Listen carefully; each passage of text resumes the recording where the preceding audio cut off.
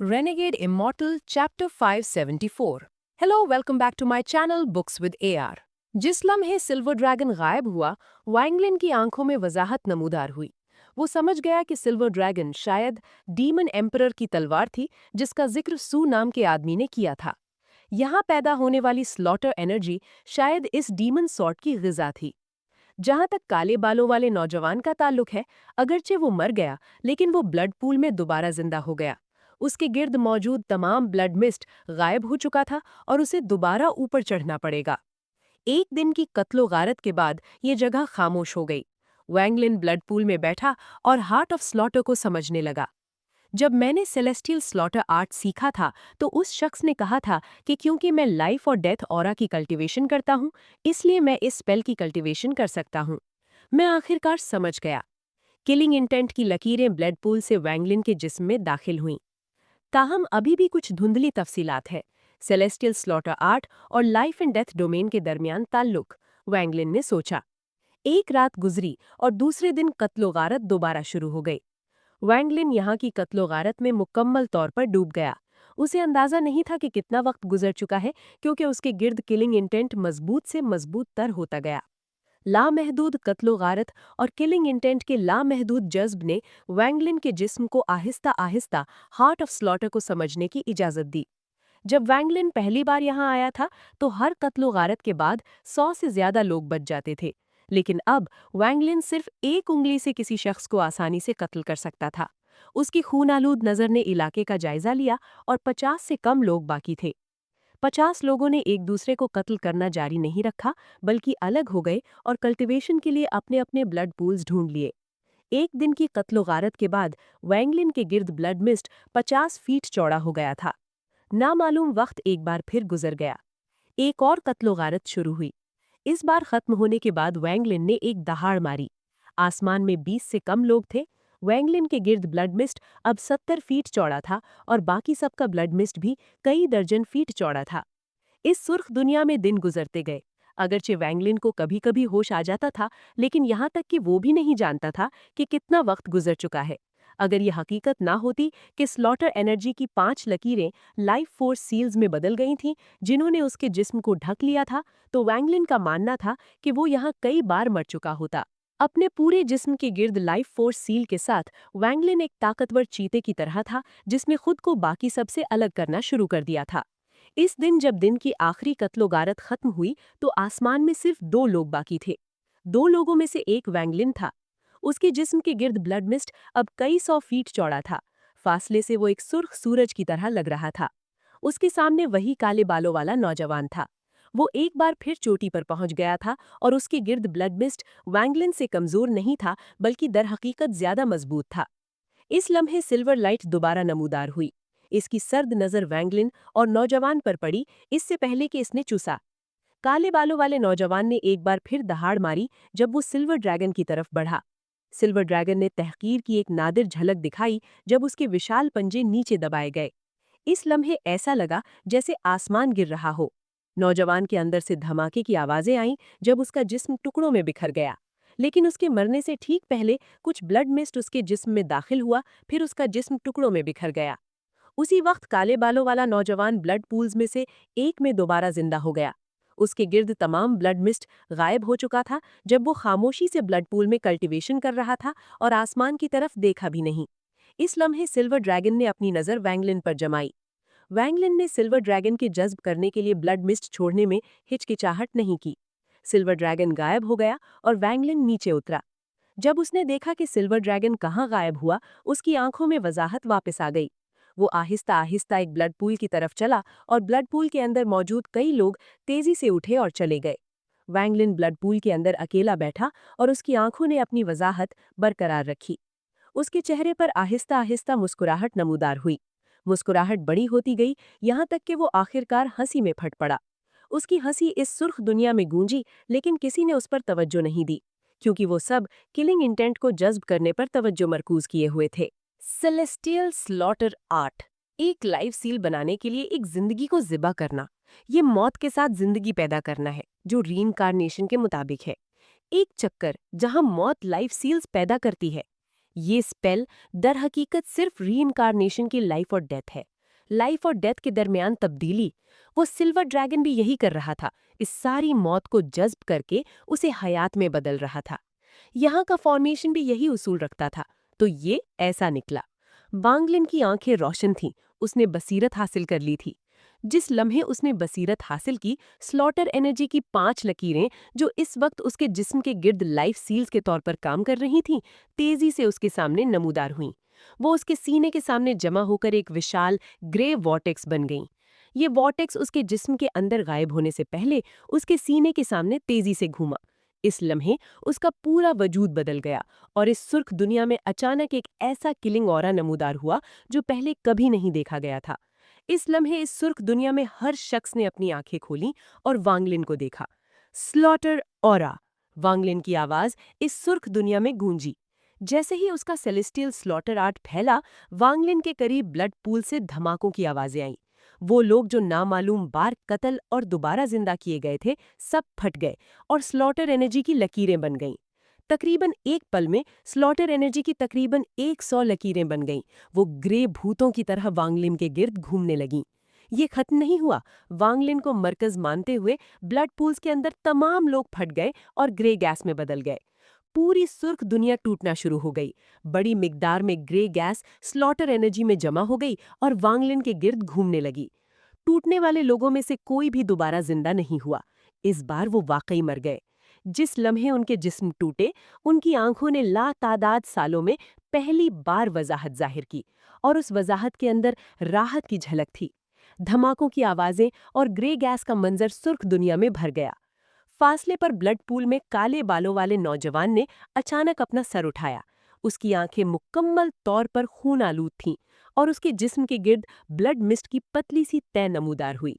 उसने एक घुर्राहट निकाली जब उसने अपने दांत भींचे, और वो वाहिद शख्स बन गया जो सेलेस्टियल स्लॉटर आर्ट से नहीं टूटा। 3792 ग्रे लकीरें वांगलिन के जिस्म के गिर्द घूम रही थीं। वो ब्लड पूल के अंदर खड़ा हुआ था और इस लम्हे इस सुर्ख दुनिया में सिर्फ वो और काले बालों वाला आदमी बाकी रह गए थे। आसमान में अचानक बिजली की एक लकीर नमूदार हुई जो सिल्वर ड्रैगन में बदल गई। सिल्वर ड्रैगन जो अभी गया था वापस आ गया और उसकी बड़ी आंखों ने किलिंग इंटेंट के साथ वांगलिन को घूरा। Renegade immortal, chapter 575। Hello, welcome back to my channel books with AR। इस सिल्वर ड्रैगन ने वैंगलिन को घूरा इससे पहले कि एक गुस्से भरी दहाड़ मारी। फिर उसके जिस्म ने हरकत करना शुरू की और उसका बड़ा पंजा वैंगलिन पर नाजिल हुआ। जब पंजा आसमान से गिरा तो ऐसा लगा जैसे आसमान खुद गिर रहा हो, और एक ताकतवर ऑरा ने फौरन इलाके को भर दिया। वैंगलिन ने आसमान की तरफ देखने के लिए अपना सर उठाया। उसने पिछले कई दिनों में सिल्वर ड्रैगन की ताकत का बहुत तजुर्बा किया था। वैंगलिन नहीं हिला, लेकिन 3792 स्लॉटर एनर्जी की लकीरों ने एक ताकतवर किलिंग इंटेंट खारिज किया। जैसे ही ये किलिंग इंटेंट फैला, एक ऐसा ऑरा नमूदार हुआ जो आसमान और इस दुनिया को चीर सकता था। 3000 से ज्यादा स्लॉटर एनर्जी की लकीरों ने वहशी किलिंग इंटेंट छोड़ा जो सिल्वर ड्रैगन के पंजे पर तेज तलवार की तरह हमलावर हुआ। एक धमाके के साथ पूरी सुर्ख दुनिया हिल गई। सिल्वर ड्रैगन का पंजा 3792 स्लॉटर एनर्जी की लकीरों की ताकत के नीचे टूट गया। सिल्वर ड्रैगन ने एक खौफनाक दहाड़ मारी और उसकी ड्रैगन आंखों ने ऐसा किलिंग इंटेंट जाहिर किया जो पहले कभी नहीं देखा गया था। अगरचे वो लातादाद सालों में पहले भी जख्मी हुआ था जब से वो जिंदा था, लेकिन ये पहली बार था कि एक चूंटी ने उसे जख्मी किया था। बावजूद इसके कि वो पंजा उसकी पूरी ताकत नहीं था, लेकिन ये ऐसी चीज नहीं थी जिसका महज खाना मुकाबला कर सके। यहाँ तक कि डीमन जनरल्स भी इस पंजे का मुकाबला नहीं कर सकते थे। इस लम्हे वो वाकई गुस्से में था। डीमन एम्परर की तलवार के तौर पर उसकी मुतलक शान थी, इसलिए जब उसे महज खाने ने चैलेंज किया तो उसने उस खाने को सीधा मिटाने का फैसला किया। सिल्वर ड्रैगन का जिस्म हिला और जैसे ही वो दहाड़ा, सॉर्ड एनर्जी की एक लकीर उसके मुंह में नमूदार हुई। जिस लम्हे सॉर्ड एनर्जी नमूदार हुई, सुर्ख दुनिया ऐसी लगी जैसे वो टूटने वाली हो और सिर्फ यही सॉर्ड एनर्जी की लकीर बाकी रह गई थी। सॉर्ड एनर्जी सीधी वैंगलिन की तरफ उड़ी। वैंगलिन ने जरा भी हिचकिचाहट नहीं की जब उसका जिस्म बिजली की तरह हिला, लेकिन उसने सिल्वर ड्रैगन पर हमला नहीं किया। इसके बजाय वो मुड़ा और एंट्रेंस की तरफ बढ़ा। 3792 स्लॉटर एनर्जी की लकीरें उस तक पहुंच गईं और एक के बाद एक लाइफ सील्स में बदल गईं। पलक झपकने में 3792 लाइफ फोर्स सील्स वैंगलिन की पेशानी पर नक्श हो गए और फौरन उसके जिस्म पर फैल गए। उसके जिस्म के गिर्द 3000 से ज्यादा लाइफ सील्स के साथ ऐसा था जैसे वैंगलिन ने 3000 से ज्यादा इजाफी हिफाजती तहें हासिल कर ली हों। इस लम्हे सिल्वर ड्रैगन से सॉर्ड एनर्जी वैंगलिन पर गिरी। वैंगलिन के गिर्द लाइफ सील पागलों की तरह चमकने लगा और कड़कने की आवाज़ों का एक सिलसिला शुरू हो गया। वैंगलिन का जिस्म बिल्कुल नहीं रुका जब वो एंट्रेंस के जरिए गायब हो गया। जिस लम्हे वो गायब हुआ, सुर्ख दुनिया के अंदर मौजूद काले बालों वाले आदमी ने कहने की कोशिश की, मुझे सिर्फ एक बार बचा लो। इसकी आवाज़ बहुत धीमी थी। सिल्वर ड्रैगन चौंका, क्योंकि उसकी यकीनी मौत वाली सॉर्ड एनर्जी को वैंगलिन ने जबरदस्ती रोक दिया था। उसके लिए ये एक इंतहाई तौहीन थी। सिल्वर ड्रैगन का गुस्सा नई बुलंदियों पर पहुंच गया। उसने काले बालों वाले आदमी की परवाह भी नहीं की जब उसका जिस्म हिला और बिना कोई निशान छोड़े गायब हो गया। इसी वक्त इंपीरियल पैलेस में सॉर्ड पवेलियन मुकम्मल तौर पर खाली था। यहाँ कोई सजावट नहीं थी, सिर्फ एक बड़ा ब्लड फॉर्मेशन था जिसके मरकज में एक सांप जैसी चांदी की तलवार लगी हुई थी। इस लम्हे सांप जैसी चांदी की तलवार ने अचानक सॉर्ड हिम्स की लहरें छोड़ी। जल्द ही तलवार सीधी आसमान में उड़ी और चांदी की रोशनी की लकीर में छत को चीर दिया। ये ऐसी सॉर्ड एनर्जी लेकर गई जिसे साइकोमाडी सिटी के अंदर हर कोई महसूस कर सकता था, और इसने आसमान में एक बार चक्कर लगाया और सीधा होंग सिटी की तरफ बढ़ी। इस लम्हे तमाम कमांडर इन चीफ्स और डीमन जनरल्स ने इस सॉर्ड एनर्जी को नोटिस किया। वो सब बाहर निकले और रात के आसमान में देखा। इंपीरियल मैंशन के अंदर सफ़ेद लिबास में मलबूस एक दरमियाने उम्र के आदमी ने रात के आसमान को देखा। उसकी आंखें रोशन हो गईं और वो बुड़बुड़ाया, किसने एम्परर की तलवार को फॉर्मेशन छोड़ने पर उकसाया? डीमन जनरल शी श्याओ भी अपने हवेली में था जब उसने आसमान की तरफ देखा। सुनताओ का एक्सप्रेशन संजीदा था। जब उसने आसमान में चांदी की रोशनी को देखा तो वो इंतहाई हैरान था। एम्परर की तलवार खुद उड़ गई। इस बारे में कुछ अजीब है। शी श्याओ ने एक गहरी सांस ली और उसकी आंखों ने एक पुरस्रार रोशनी जाहिर की। यूनिवर्सिटी में एक काले बालों वाले आदमी ने अपने सहन के अंदर से आसमान की तरफ देखा। उसने सिर्फ एक साया जाहिर किया और अपना चेहरा नहीं दिखाया।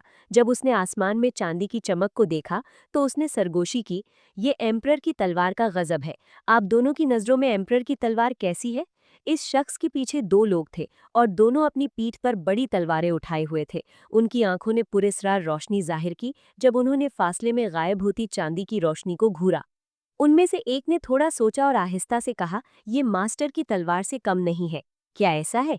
काले बालों वाला आदमी मुड़ा, एक बहुत खूबसूरत चेहरा जाहिर किया और उस खूबसूरत चेहरे में अज़्म की झलक भी थी। वो नंबर 1 डीमन जनरल था, वो जो फायर डीमन कंट्री के साथ तैनात था, मो फेई। ताहम अगर कोई गौर से देखे तो ये शख्स बिल्कुल होंग प्रिजन के काले बालों वाले नौजवान जैसा दिखता है। मो मैंशन के अंदर मो लिहाई का चेहरा सदमे से भरा हुआ था जब उसने आसमान में चांदी की रोशनी को देखा। वो साफ देख सकता था कि ये होंग प्रिजन की तरफ जा रही थी, जिससे उसका दिल जोर से धड़का और उसे बुरा एहसास हुआ। एम्परर सोड, ये वैंगलिन के लिए नहीं जा सकती। फिर मो लिहाई ने अपना सर हिलाया और खुद से कहा, वैंगलिन अपनी कल्टिवेशन के साथ एम्परर सोड को हरकत करने पर कैसे मजबूर कर सकता है? मैं ज्यादा सोच रहा हूँ। अगरचे उसने ये कहा, लेकिन उसके दिल में बुरा एहसास मजबूत से मजबूत तर होता गया। शाही महल के अंदर शाही लिबास पहने एक शख्स ने आसमान की तरफ देखा और मुस्कुराया। क्या ये हो सकता है कि इसे कोई नाइंसाफी हुई हो? मैंने इसे लंबे अरसे से इतना गुस्से में नहीं देखा। दिलचस्प। शाही लिबास वाले शख्स के पीछे एक दिलकश औरत ने नरमी से कहा, एम्परर, आप इतने खुश क्यों हैं? वैंगलिन का जिस्म बिजली की तरह होंग प्रिजन में सीढ़ियां चढ़ा। वो बहुत तेजी से हिला और जैसे जैसे वो भागा, उसके जिस्म का खून उबल गया।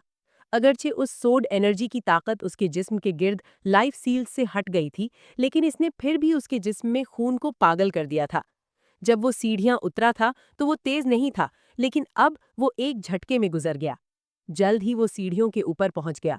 सू नाम का आदमी वहां खड़ा था और आसमान की तरफ देख रहा था। उसका एक्सप्रेशन अजीब था और वो खुद से बुड़बुड़ा रहा था, ये मामला थोड़ा काबू से बाहर हो गया है। वैंगलिन एक झटके में नमूदार हुआ।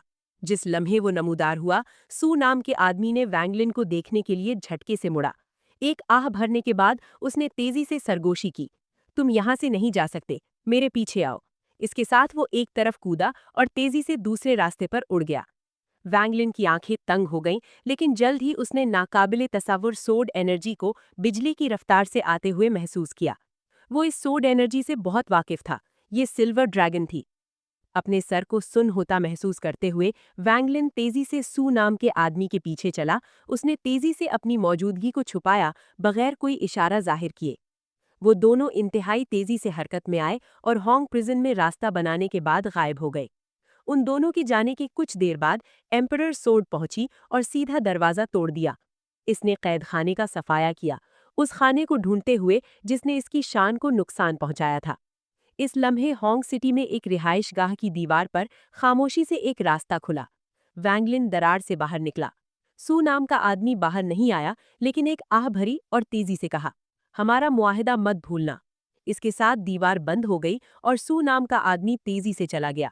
भागते हुए वो खुद से बुड़बुड़ाया, ये इस लायक नहीं था। अगर मैं जानता कि वो एम्परर सोड को यहाँ लालच देगा तो चाहे कुछ भी हो मैं उसे वहां न भेजता। वैंगलिन ने अपनी मौजूदगी मुकम्मल तौर पर छुपाई हुई थी। उसने उड़ने के लिए सेलेस्टियल स्पिरिचुअल एनर्जी का इस्तेमाल नहीं किया, बल्कि सड़क पर तेजी से चला। वो फासले पर होंग सिटी से तबाही की आवाजें सुन सकता था, साथ में गुस्से भरी सोड हिम्स के। वैंगलिन और भी तेजी से हिला। ये जगह मो मैंशन से दूर नहीं थी। आधे इंसेंस स्टिक के वक्त के बाद वो मो मैंशन पहुंच गया। मो लिहाई सहन में खड़ा होंग प्रिजन को घूर रहा था और उसके दिल में तबाही का एहसास था। इस लम्हे उसने फौरन वैंगलिन को देखा और जब उसने नोटिस किया कि वैंगलिन ने अपनी मौजूदगी कैसे छुपाई हुई थी, तो वो अपनी जहानत की वजह से फौरन समझ गया कि क्या हो रहा है। उसने एक कड़वी मुस्कुराहट दी जब वो वैंगलिन को जाली पहाड़ की तरफ ले गया और एक हाथ से उसने एक सुराख बनाया। ये वो जगह है जहां मैं बंद दरवाजों के पीछे कल्टीवेशन करता हूँ। तुम्हें थोड़ी देर यहाँ छुपना चाहिए। वैंगलिन ने बिना कुछ कहे कूदने से पहले अपना डिवाइन सेंस फैलाया। मो लिहाई ने एक गहरी सांस ली जब वो बैठ गया और सुराख बंद कर दिया। उसने वहां कल्टीवेशन शुरू कर दी, जैसे कुछ गलत ना हो। ये मो लिहाई के लिए एक बेख्वाब रात होने वाली थी और स्काई डेमन सिटी के रिहायशियों के लिए भी यही हाल था। पूरा स्काई डेमन सिटी रात भर चांदी की रोशनी से रोशन रहा। जब एम्परर सोड उस खाने को ढूंढने में नाकाम रही जिसने उसे जख्मी किया था, तो ये और भी गुस्से में आ गई। इसने होंग प्रिजन को तबाह करने का फैसला किया, इससे पहले कि इसने स्काई डेमन सिटी के आसमान का चक्कर लगाया जब ये पागलों की तरह तलाश कर रही थी। इससे मो लिहाई का काम मुश्किल हो गया। वो वैंगलिन की मौजूदगी को छुपाने के लिए अपनी मॉनिक स्पिरिचुअल एनर्जी का इस्तेमाल करता रहा, ताकि एम्परर सोड वैंगलिन को न ढूंढ सके। एम्परर सोड ने मो लिहाई को नोटिस किया, लेकिन मो लिहाई ने अपनी मॉनिक स्पिरिचुअल एनर्जी बहुत ज्यादा फैला दी थी, इसलिए एम्परर सोड बस पास से गुजर गई। दर हकीकत अगर एम्परर सोड करीब से भी देखती, तब भी वो वैंगलिन को ढूंढने के काबिल न होती। वैंगलिन ने अपना ऑरा मुकम्मल तौर पर छुपा लिया था और हेवन डिफाइंड बीड में दाखिल हो गया था। वो ली मुकवान की नेसेंट सोल के सामने बैठा था। रात भर एम्परर सोड और भी गुस्से में आ गई। इसने पूरी रात पूरे स्काई डेमन सिटी की तलाश में गुजारी, लेकिन उसे अभी तक उस कमीने खाने का कोई निशान नहीं मिला। इसका गुस्सा बढ़ता गया। ये इसके लिए एक और तौहीन थी। सुबह सवेरे एम्परर सोड माराजमंदी से भरी हुई थी जब इसने सोड हिम छोड़ा। फिर ये होंग प्रिजन की तरफ मुड़ी और सोड एनर्जी की एक लकीर भेजी जिसने 1000 फीट से ज्यादा लंबा शिगाफ पैदा किया। अपना गुस्सा निकालने के बाद एम्परर सोड गुस्से में भरी फॉर्मेशन में वापस आ गई।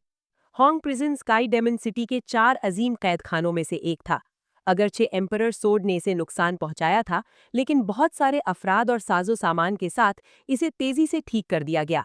ताहम एम्परर सोड की नज़र होंग प्रिजन पर लगती थी, इसलिए जब भी ये ठीक होता, एम्परर सोड नमूदार होती और अपना गुस्सा निकालने के लिए इसे तबाह कर देती। उम्मीद है आपको ये वीडियो पसंद आई होगी। अगर आपको ये पसंद आई है तो प्लीज़ चैनल को सब्सक्राइब करें, इस वीडियो को लाइक करें और अपने दोस्तों के साथ शेयर करें। अगली वीडियो तक के लिए अल्लाह हाफिज़।